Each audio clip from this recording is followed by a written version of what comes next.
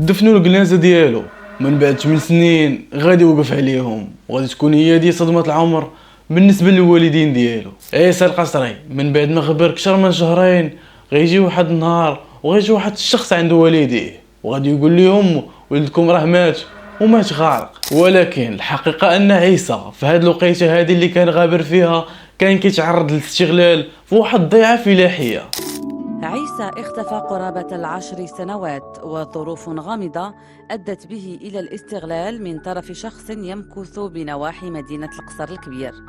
قصة غريبة بزاف، واللي غيزيدها غرابة ان داك عيسى مسكين كان شوية مريض عقلاني. بقى معايا حتى الاخر باش ترى في القصة ديال عيسى القصري. المهم كيف دايرين، لاباس عليكم وكيف غاديين مع رمضان؟ نتمنى تكونوا بخير وفي احسن الاحوال، ونبداو لا فيديو ديالنا على بركة الله. شكون اللي داك تما القصر؟ ها شكون اللي داك القصر؟ كحول فاش دير؟ ها فاش دير؟ نغم. عيسى القصري عاش واحدة من أبشع طرق الاستغلال اللي تقدر تشوفها في حياتك. خطفوه في الليل وداو لواحد الفيرما نواحي القصر الكبير وسدوا عليه فيها يقابل الغنم والبقر. عيسى دوز كتر من 8 ديال السنين في ديك الفيرما، في الوقت اللي كان كيسحب لوالديه داك اللي غسلوه ودفنوه راه هو ولدهم. وما تفتحش شي تحقيق كبير في هاد القضية هادي ديال الاستغلال، حيت الاب والام ديالو كانوا اميين وما كانوش عارفين القانون مزيان. وفاش جا عندهم داك الشخص باش يبلغهم هاد الاخبار هادي جاب لهم واحد التصويره وقال لهم راه هذا هو الشخص اللي مات اللي هو ولدكم. وقال لهم لو بغيتو تشوفوه وتاكدوا راه كاينه في البلاصه اللي كنخزنوا فيها الاموات. وداك الشيء دار الاب ديالو، مشى معاه وشافه، ولكن الملامح ديال ديك الجثه ما كانتش واضحه مزيان. وداك الشيء علاش بقى كيقنعهم غير بداك التصويره. الام دخلها الشك وقالت لا هذا ماشي ولدي، ولكن بقاو كيقنعوا فيها وكيوروها التصاور ديال ولدها ويقولوا لها لا لا لا هذا راه ولدك وراه توفى غارق. وهنا العائله ما بقى عندهم ما يديروا، داو ولدهم غسلوه وكفنوه ودفنوه وداروا ليه العشاء والله يرحمه. كنت ناويه انا غيلحق ليه هاد الحاله بحال كنت ناويه ولدي دا راجل خالتي ديتو لعندهم، قلت ولدي ما يخدم وغادي نمشي كتعدي القضيه وباه كان مريض. سع وليدي ملي مشى هز راسو ولا خاطر الله اعلم به. انا مسحاش ولدي ملي ورينا بنتي ديك الموتى جابوا باه ماشي ما جابوش، باه كان مريض. ملي مشى للسبيطار جابوه قال لي صاحي هذا هو ولدي، قلت له انا لا، قلت له راه ماشي ولدي، قال لي لا راه ولدي. مشى مع الليل هي ديك حبيتي كفنوه تما وغسلوه وجابو. عيسى دوز ديك الوقيته كامله كياكل غير الشياطه حتى الماكله نقيه ما لاقيهاش. كتعطيك تاكل ولا لا؟ وي تعطيك تاكل لا والو. شي ما خويا دوم شي ما خو دوم كتعطيك تعوم وتديك وتكتي تقول له غنمشي بحال هادي ما تعيش وكدير لك ولي ضربوني كيضربوك تيقول ما تمشيش باش كيضربوك بحساب بحساب ووالديك دفنوك وسط التراب وصافي نساوك حيت راه قالوا راك متي. حتى النهار اللي غادي يجي فيه عيسى ويوقف قدام دارهم وغادي تكون هي الصدمه بالنسبه للاب والام ديالو. الام اللي قالت بلي مورا ما دفنت ولدها ولاو فيها بزاف ديال الامراض، وكاع هاد الامراض اللي فيها دابا بسبب داكشي اللي وقع. الله يسمح لينا من الوالدين. ورانا مرت قال لها تا ولات هي المراره بلا مراره، ولات هي الكبده بلا كبده، راه كان خارج هي الفتيع على حساب ولدي.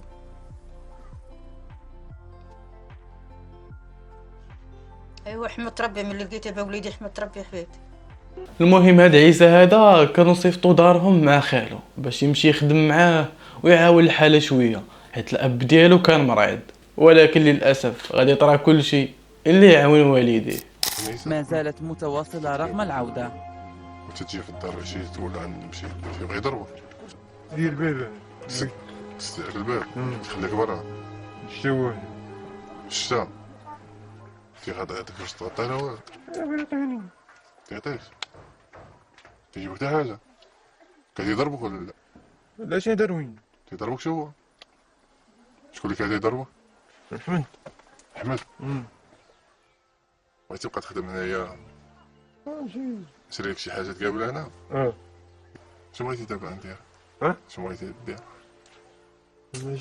نجات اللي بغيت نقول لكم هو راه الثقه ما بقاتش، وهذا الشيء راه طاري اكثر من 10 سنين دابا، وحاليا ولينا كنشوفوا اختطافات لدراري صغار، بنادم ما جيب لهم اخبار وما عرف فين مشاو ولا فين غابرين. ولكن مؤخرا بانوا شي تصاور ديال الجثث ديال دراري صغار، كيف ما قلت لكم غير جثث، اما من الداخل راه خاويه.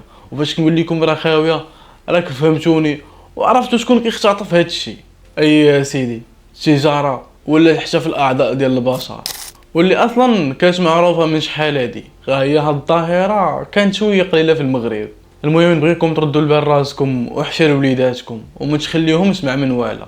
الا كان عندك وليد صغير ما تخليش مع عمو ولا ولد عمو ولا ولد خالته، خليه معك، حيت ديك الساعه انت اللي عارف كيفاش غتربيه وكيفاش غتعامليه. حيت في هذا الوقت هذا النظره اللي كتشوفها نتايا الدري صغير كتشوف فيه البراءه، واحدين اخرين كيشوفوه بنظره في شكل. بلا ما نحتاج نتطرق لهذا الموضوع بزاف حتى راك فهمتوني فين داوي. بغيت نشوف الدعم ديالكم في هذا لا فيديو هذا باش حتى الى عجباتكم نستمر في هذه السلسله ديال الجرائم. وكنبغي نشكركم على الكومونتيرات الزوينين ديالكم، راه كنقراهم كاملين وداكشي اللي كتكتبوه ليا راه كيوصلني. وهنا غادي نكون وصلنا للاخر ديال لا فيديو ديالنا. كان معكم شروقي، نشوفكم في قضيه جديده ان شاء الله. تهلاو ليا في راسكم. المختفي عاد إلى الأسرة، أسرة لم تنسى زيارة قبر الشخص المجهول والذي ظنه الأب في وقت مضى ابنه عيسى. يشار إلى أن الأب توفي قبل 3 سنوات. اللي مات قال لي مات جنح يدفن، درنا له العشاء، قرينا عليه الطلبه بالربعي، بنينا عليه، وليت قريت عليه تندير له الذكرى ديالو، من العملات تندير له الذكرى ديالو، بنيت عليه باش القبر ديالو بقى مقيد. ويا حبيتي من الجمعه تنجرحم عليه، في العيد تنجرحم، واخا تكون قلتي الشتاء والحال بعيد وكنت تنجرحم عليه بحال وليدو. ملي رجع لي وليدي دابا متربي حبيبي.